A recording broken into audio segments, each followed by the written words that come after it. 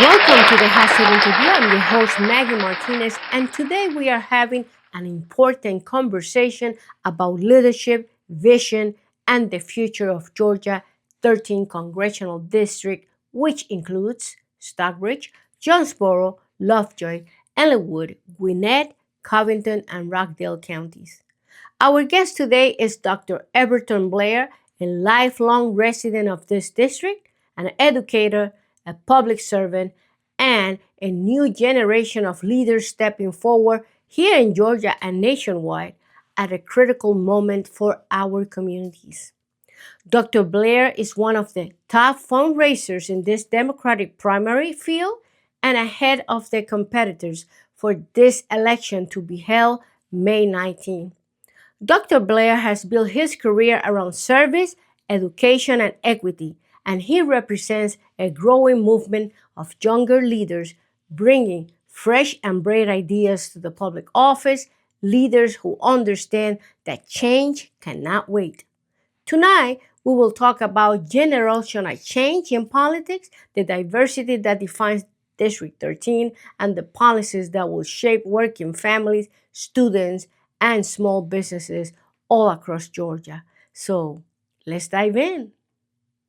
Presents Starbound Studios starring Maggie Martinez and the Hot Seat Interview. Y ahora con ustedes, Maggie Martinez en Caliente.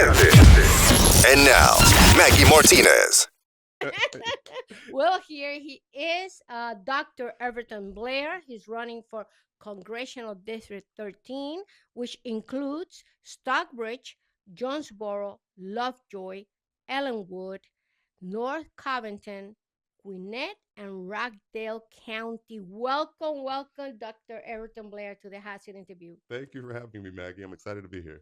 I'm excited too. And this is about to get hot. You know what I'm talking about? Because of everything that is happening nationwide. And still, even though he's going to represent Congressional District 13, his decision will affect nationwide. That's right. So it's a great responsibility. So the obligated question today, definitely, Georgia Congressional District 13 is very diverse. It is. It's very diverse. We got Hispanic, we got Hindu, we got Vietnamese, we got Japanese, we got Chinese, and it's incredible. How will your life experience as someone who is a son of an immigrant from Jamaica and part of the historically underrepresented community have influenced your approach to representing all voices in the district, especially now that ICE is in town and what happened with the nurse Alex Pretty and how they kill him because Yeah.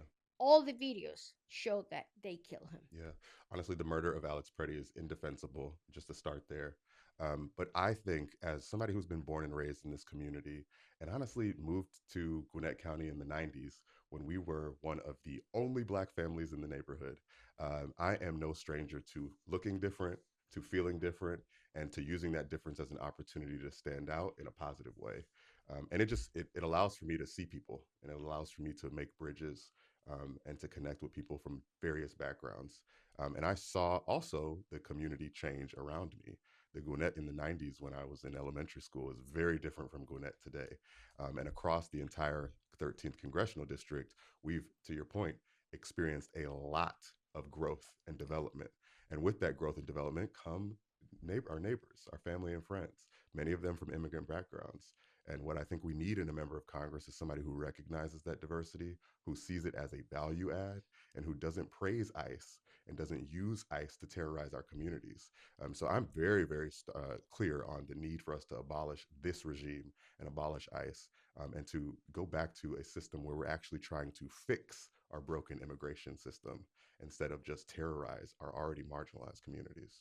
And we know that your district that you will be representing has a lot of Hispanic It does. and people from the Caribbean and people from South Yeah. America. And are you ready for what's going to happen? Yeah, I mean, fortunately, I'm not new to this. And having been elected before at the local level actually gave me the vantage point in Gwinnett to see the importance of making sure our families and students felt safe. When ICE raids started in 2016 with Trump's first presidency, and I was elected to the school board in 2018, when on the books, Gwinnett County still had a sheriff's agreement with the federal department where it allowed Gwinnett to be deputized to take out students and families, doing basically their own mini ICE raids in the county. That was a proposition called 287G at the time. And so we had to make sure that in Gwinnett County that our students were safe and that we had safe havens in our school so that no students could be, targeted or taken away while they were in school. And so I also know what it looks like for kids and families to be afraid and what that does to our public education system. Our enrollment goes down. We have attendance issues that then impair a student's ability to learn and to grow and to thrive. And then we also have a trouble communicating with our parents. And that's not good for a community. That's not good for a society.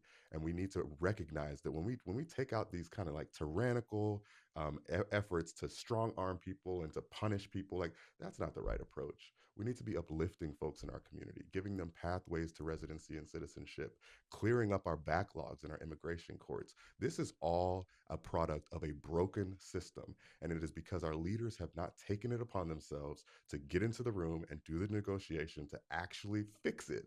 And now we're allowing somebody like Trump to weaponize it and to attack people and to kill innocent Americans.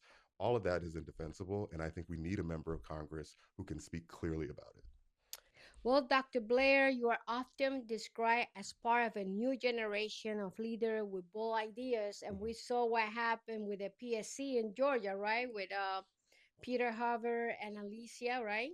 What does political generational change means to you, and how will your leadership in Congress be different from the past representative in Georgia in the 13th Congressional District? Well, for me, as somebody who has been born and raised in this community, I've seen the change in the community. What we haven't seen is the change in our leadership. And this presents us an opportunity to learn from our lessons of the past, right? The leaders who got us into this mess, and the fact that we are in a moment in this country where it feels like our rights are being taken away. Honestly, it feels like we're regressing to pre-1960s Jim Crow in many of the policies that are being passed by this administration. It is clear to me that we need different leaders, and that the leaders who got us into this mess are not going to be the ones that can effectively get us out of it. And it really is the broken systems in our society that have allowed for this to occur, where we have leadership that can stay and continue to do a job that doesn't actually meet the people's needs. And it's just really difficult to communicate that to folks. But that's why this campaign is so important, and why we're going to set out to do something that hasn't been done before and that's desperately needed in our community. But right now, you're being considered the first runner-up. Isn't that good? Yeah, yeah. I mean, we've been fortunate in this campaign to just have really leaned on our strengths and been reaching people in our community. And it helps that I have known people my entire life here, and I'm the only local elected. I was the first Black person, youngest ever, elected to the Gwinnett County School Board. And while there was a lot of scrutiny placed on whether or not this 26-year-old elected to represent the largest county and the largest school system in the state would be able to do the job. And we proved really quickly that when you invest and believe in the capacity of young people to lead, we can do a good job too. Well, we are talking with Dr. Everton Blair. He holds a BA Applied Mathematics, so he would be very good doing budget. He has a MA Organizational Policy from Stanford University, and his PhD, he's a doctor, just so you know, Educational Leadership from Harvard University. Not any university. We're talking about Harvard University. So don't forget to tune in, subscribe to the channel, send your donation to Starbound PR so we could continue to having this platform and this conversation. I wrote a book. It's called The Secrets of Campaigning. So you think you could run? Buy it for your daughters. To what? To develop leadership. Buy it for somebody that is running for office, because you know how difficult I it is to do run for office. People firsthand. think it's easy. No, it's not. Or buy it for yourself, so you understand what a political candidate goes through. It's important that you get your copy, $25 on Amazon. So it's available on Amazon. It's not that expensive. So, but buy it to support the show, okay? Well, Dr. Blair, your campaign slogan, change cannot wait. It has a can't with a T, cannot wait. Um, Can you explain what that means in practical terms for the life of the people of the Congressional District 13? hmm Well, one of the many things that I think is important to understand right now is this administration did not get here by mistake. And they have sought out over decades to dismantle the very systems that have safeguarded us and given us a social safety net. And so what we see now is the gutting of the Department of Education, the Oh, gutting of the CDC, the gutting of the NIH. Honestly, right, we are now suffering from the consequences of an administration that is you know, propping up ICE and propping up tax cuts for billionaires. And what do we get in return? And we have been working hard and doing more to get less. And with rising costs in our community and the difficulty that it is to just afford the American dream, like we know that we need change, but we have leaders who seem to be very, very complicit in just doing the same old, same old. And same old, same it's old. not delivering for us. And so somebody needs to call that out and somebody needs to have a plan to respond to it. So when we say change can't wait, it's because all of the things that have happened in our community require us to have leadership that is focused on the changes to actually make things And better. that is present. Yeah, Because right now. if you don't have a communication with your congressman or congresswoman, it's impossible for you to know what are our needs as a community. I say 2026 problems cannot be solved with 1980s solutions.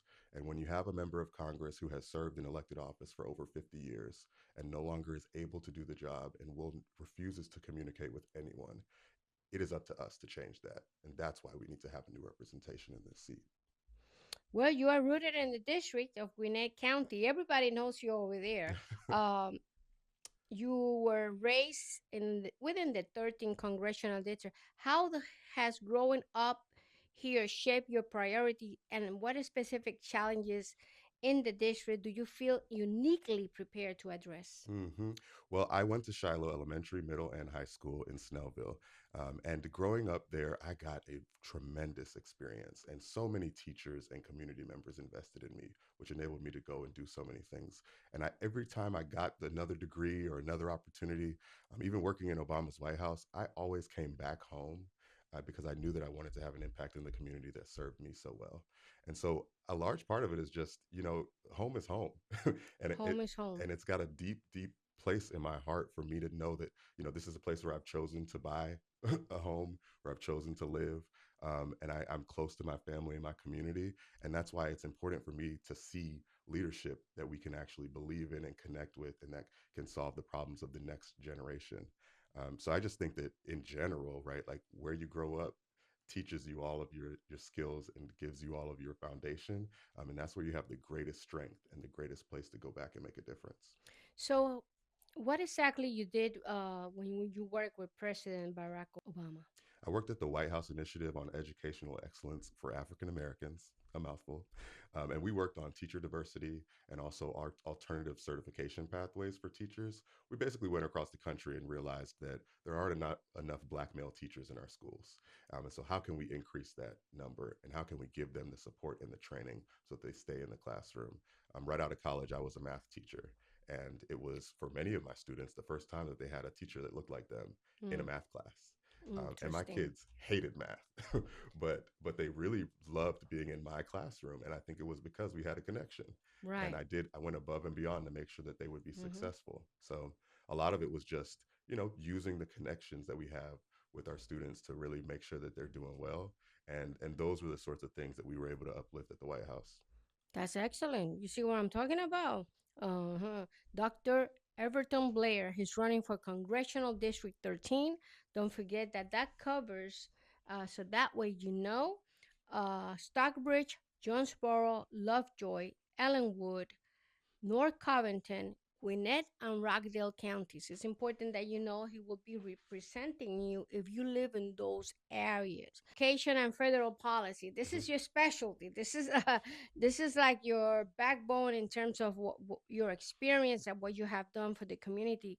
With your extensive background in education policy, and leadership at both local and national level, what specific federal education reform will you champion to help school across our district? So it's really, really important to me to emphasize here that I'm the candidate in this race who has the most recent classroom experience, and who is an educator. And I think we need more educators in Congress, Definitely. especially because schools are the bedrock of strong and stable communities. And so, as a former math teacher and as somebody who knows the importance of investing in our students and investing in our teachers, which is something I always did as a school board member and chairman of Gwinnett County Schools, I've seen how important education is from the local level all the way to the federal level. And right now, we need somebody who can fight the Trump administration. Trump has gutted the Department of Education, and instead, right, we should have been expanding the department. We just got out of COVID. The academic recovery that we need to do is not done yet. We're still there. We're still there, and so I think we have to do more, not less. And we don't get there by doing these kind of private vouchers, opportunity stuff that That takes doesn't money work. away from public education. We need more investment in our systems, and it needs to happen earlier. When I look at the investments that need to be made in early literacy and early childhood, right, that is a part of our challenge right now because Head Start, the program, is being cut. And we need to have investments in Head Start. We need to pay our preschool teachers more. We need to have more reading specialists and interventionists so that we're not fixing the problem 10 years down the line. If we just did put the resources in place earlier, our kids would be able to read on grade level, and then they will be ready for the next grade, and they'll be ready to have a life of meaning. But I think it takes somebody who can creatively look at a system and a budget and say, put the money here, not there. Well, in the last speech, the Brian Kemp, the Hmm. governor of Georgia, did to the at the state capitol, he said that he reviewed the QBE 7 times. I haven't seen the results of that yet. He didn't do anything with No. it. I mean, and so this is where it's important to understand the connection between local, state, and federal, because the QBE funding formula is Georgia state. Can you explain to the public what's the QBE formula? Because that way they know exactly what we're talking Yeah, about. it is the quality basic education formula.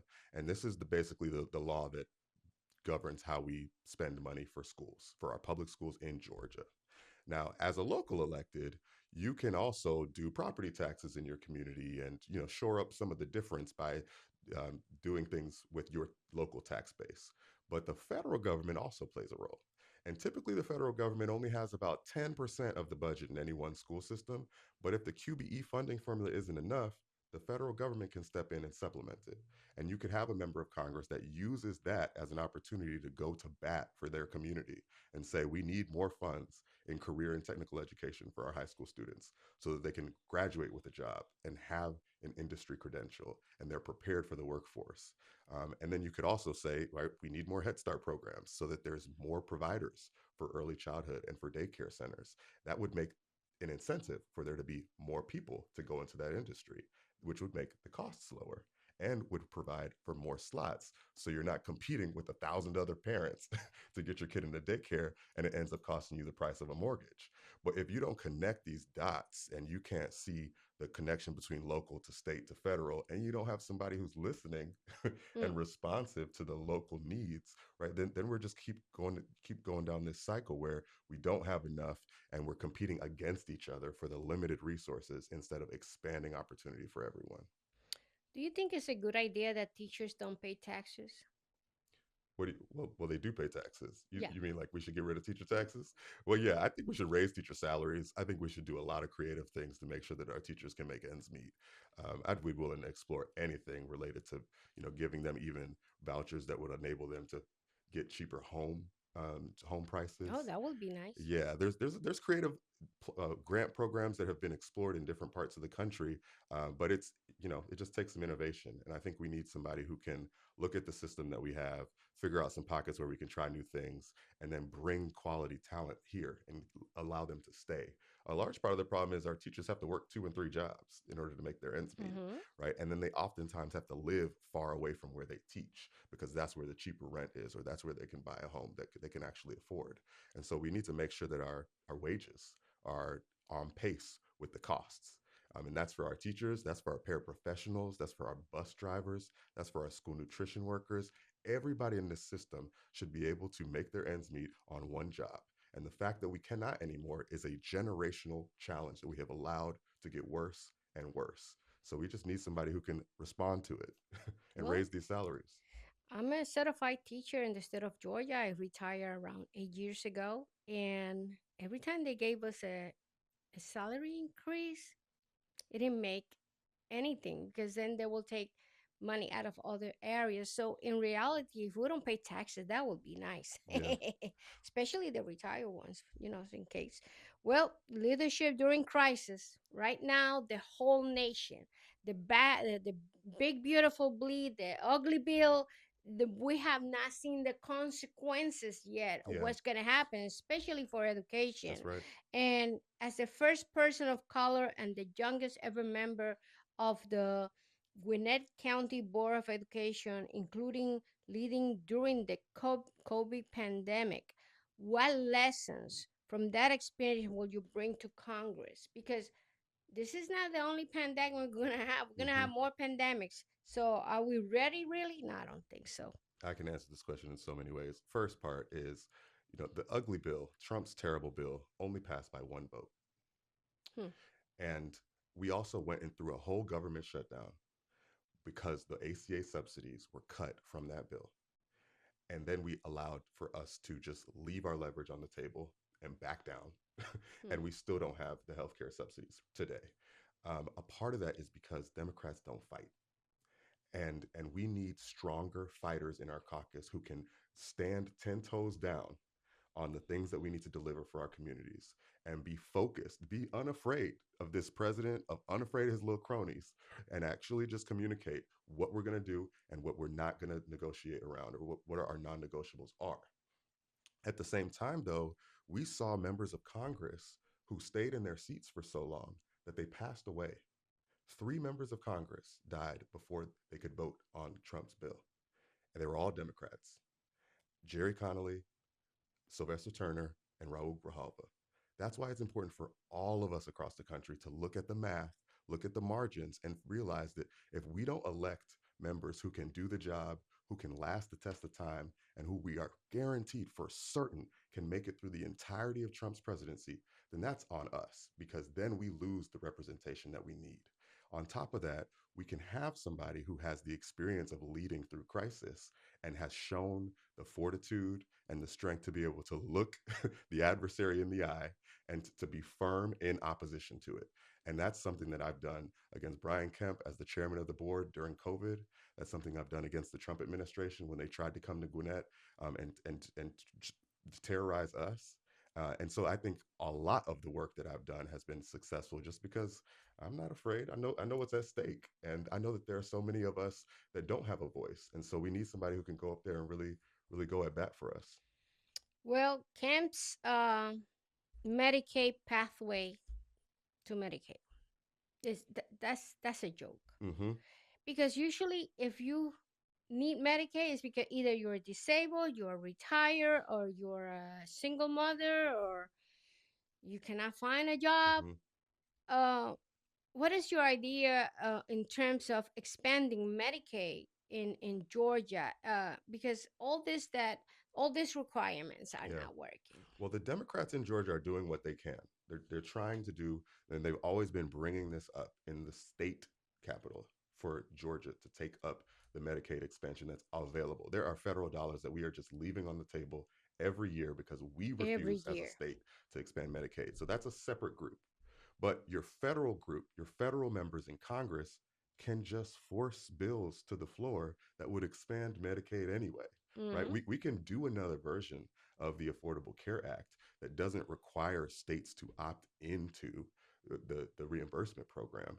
Instead, we can just pass more subsidies so that healthcare would be cheaper, in spite of the states like ours who are too stubborn to pass Medicaid expansion themselves. And so a part of this is just getting creative. If you see a problem languishing for too long, it has been 16 years. 16 years. 16 years since we passed the Affordable Care Act. If it's going to take us 2 decades to get health care, we got to figure out another solution. Definitely. And I think too much of the problem now is like, we're just waiting. We're just waiting for something to miraculously change around us. And we got to be the people that are going to get the solutions that we Right. deserve. It's not going to happen by itself. Yeah. Definitely, it's not going to happen by itself. Economic opportunity are slim right now. Hmm. What are your top priorities for economic opportunity in the district for small businesses, now working families? We're going through a lot. Hmm. We're going through a lot, and historically marginalized community. So what are your top priorities in terms of these problems that we're having right Yeah. now? Put simply, people need more money. Yeah.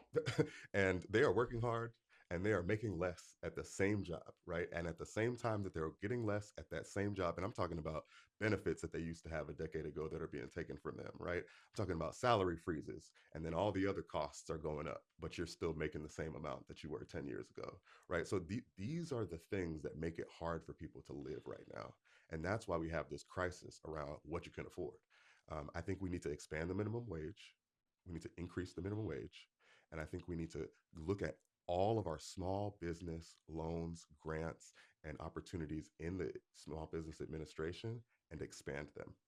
The federal government has been focused under this administration at creating wealth for the top 1%. If we focused on the reverse and gave working families an earned income tax credit, that would make our refund checks bigger. That would allow people to have more money for daycare and for their children, and it would create an education system which then could actually serve and support those students and their families. And I think if you just reverse engineer the direction of this administration and put the resources back in working families' pockets, we're going to have more money to then be able to have some disposable income to prop up the small business in our community, right? And that's where you generate an economy that actually is working well, and where people, small business owners, can begin hiring more people, and then they can Yeah, get we more like to money. hire more people. It's a lot of work when you do a production. Yeah, but it's a Definitely. vicious cycle. If you keep getting the money just to a few tech billionaires, right, then it doesn't end up trickling down to any of us, and we're just sitting here scrapping for the remains. And that's a part of the problem. We don't have leaders who are focused on expanding the opportunities for the middle. Well, climate and infrastructure. You know, the traffic in Atlanta is Mm-hmm. terrible. After 8 years being in, well, 7 years being in power, Governor Kemp decided to assign money for the roads. My goodness, why we didn't do this Yeah. long time ago? Mm-hmm. Why now? But what are your concerns in terms of the aging infrastructure that we have in Georgia and the climate impact? Yeah, I think a large part of this connects to where we're seeing development happen in our community. The 13th Congressional District is growing, right? It's booming with neighborhoods. Every time you turn around, there's building something new somewhere. But the reality is there's not an organized effort to make sure that we have a grid that can support all of that new development, or the infrastructure or the mass transit to actually enable people to relieve our roads. And a lot of this is long-term planning. We're going to need vision for the next 2 decades. That's why it's important to have somebody who's going to be around to live with the consequences of the decisions that we make for the next 2 decades. And as somebody that has seen the community grow and develop, I know what it looks like to 5 years later see that the traffic has doubled. Hmm. And the solution to that is to move people to places where there's density and to create opportunities for them to have shorter commutes. A lot of this is because even though we live in Conyers or Jonesboro, we're still driving to Atlanta. Mm-hmm. So how can we bring some of the industry and the opportunity into our neighborhoods so that our commutes are shorter and we can rely on the opportunities that are around us versus still being so reliant on the city of Atlanta for everything? And that's because we need members of Congress who don't represent us and live in Atlanta. We need somebody who represents us and lives here so that they can actually work on the projects that can impact us in our backyard. Right now, we have a data center that's being built right here at Mm-hmm. the back of jar, right here where the studio is, and we don't have the infrastructure of water, electricity to come back with that data center, and now we're having problems with that. What's your take about data centers? Yeah, well, we spoke about this recently because it's not just here in Jonesboro, it's also in Ellenwood and it's also in Conyers. Hmm. And across the 13th district, this is the biggest new industry that's propping up. And it is because it is accelerated by artificial intelligence. And at the same time that this is bringing some limited temporary construction jobs, right? When those are done, it doesn't bring a ton of jobs for our community. And then it also displaces what would have otherwise been the industries in that area. At the same time, it's raising all of our electricity rates, right? We've seen this in the importance of the last PSC election, but it's also taking our scarce resources of water. So we need to have a proactive response in Congress that is looking at regulating this before it's a problem that we're throwing our hands up like, Hmm. in 10 years, knowing that it's coming down the pike. But because we don't have a system right now to regulate data centers and tax them, we're not able to make any of the benefits or understand what's happening. So I propose taxing the companies that are going to make billions of dollars in profit on these data centers, all of the big tech that's coming in, and reinvesting that money in the communities, especially in communities where they're going to be placed. And that will create an ecosystem of support where our small businesses and our working families can actually benefit and get some money and share some of the resources from Well, this. Clayton County itself gave this center an exception in billions of dollars. That's not good when it's not, they're coming in, but where's the benefit? Yeah, it's short term thinking often because they see the jobs it will create in construction for the next 2 years, but not realizing the jobs it will displace over the next 20 years. Hmm. And oftentimes we are thinking very narrowly into the what can I get a quick win right now in my role?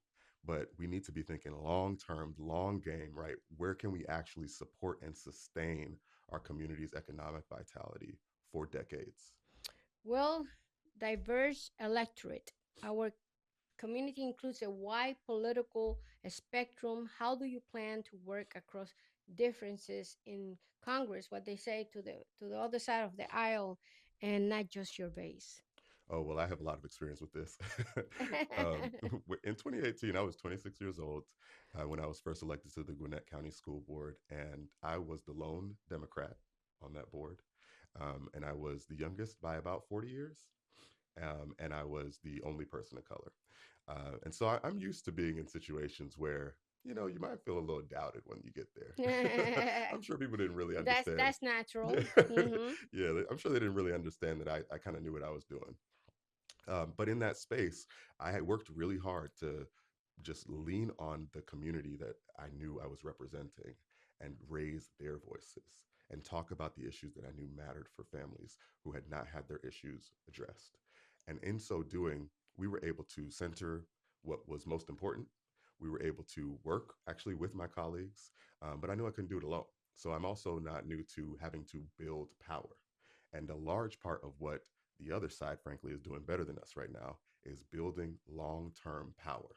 They're looking way down the line and planning for decades in advance. And I think that what we have done in Gwinnett, what I chose to do while working there was to bring people with me. I recruited 2 people to join and unseat 2 of my colleagues on that board. Then we comprised the majority. While in the majority, I then had to preserve my relationships with my Republican colleagues, which I did to a degree, and I was able to work unanimously with my board to charge forward on the things that mattered for students. And it just comes down to relationships. You want somebody who you can be unafraid to talk to somebody on the other side, seemingly the enemy, but who can also find ways to work with others. And in our coalition right now, we just need new ideas. And I think with new ideas and fresh perspectives, you'll be able to find that there are some people who, you might be able to bring along because they're not just fighting the same decades old battle that they know they're not going to get anywhere with. But Hmm. with some new energy, I think we're going to get there. And this takes us to the next question. How do you believe this? With growing calls to eliminate the U.S. Department of Education and shift responsibility away from the federal level, how do you believe this will impact students in the working class Hmm. and undeserved community? Yeah, it's not going to work. Eliminating the federal government is not a good idea. And the federal government's role in the Department of Education from its inception was always to make sure that everybody had equal access. Even when it was started, right, it had the Office of Civil Rights because we knew that Black and brown students across our country weren't getting the same educational opportunities as their counterparts. It included individuals, students with disabilities, right? It was always targeted to making sure that we had resources for our marginalized communities. Title I in the Elementary and Secondary Education Act was always targeting students who were living in poverty. And it was making sure that they had money and support for those kids. So if we get rid of all that, what do you think is going to happen? And who do you think is going to be the most at risk? And I think that it's without saying that in our community, right, we need somebody who's looking ahead and saying, we're not going to stand for that. And in fact, we're going to go at bat for what we need to do in our community to make sure that that's not the case anymore, and prove to folks like this was working for us, right? Like we got more resources, and this is what we need. We need to expand that. We need to do more of that, not less. But I think we just need to tell our story better and have leaders who are connected to the schools and our communities and can bring a lot of that to the House floor. Well, Dr. Everton Blair, tell the people of the 13th Congressional District why they should vote for you. As somebody who has been born and raised in this community, it has always been important for me to invest and believe in the opportunity that we can have to make a change. And this district means so much to me. As an educator, as an engineer, as a problem solver, and somebody who sees a broken system and is willing to do whatever it takes to fix it, I bring a lot of local, state, and federal policy experience to this role. And I'm really excited to represent all of us in this community, but also to bring us leadership that we can believe in and that brings us together. As somebody who really cares about the challenges that we face and the challenges that we will face, it's going to take a new generation of leaders to get us out of this mess. And I'm committed and devoted to being a part of the solution and not just sitting around and waiting for somebody else to do something about it. So I'd love your support, and I recommend please reaching out to me at evertonblair.com to get involved in our campaign and to learn more. Well, we bring the best of the best to the hot seat interview. We spoke with Dr. Everton Blair. He's running for the 13th Congressional District. Now you know what we brought him in because I think he's one of the best candidates to run for this election and for this position. This is Maggie Martinez, the hot seat interview. Until next time.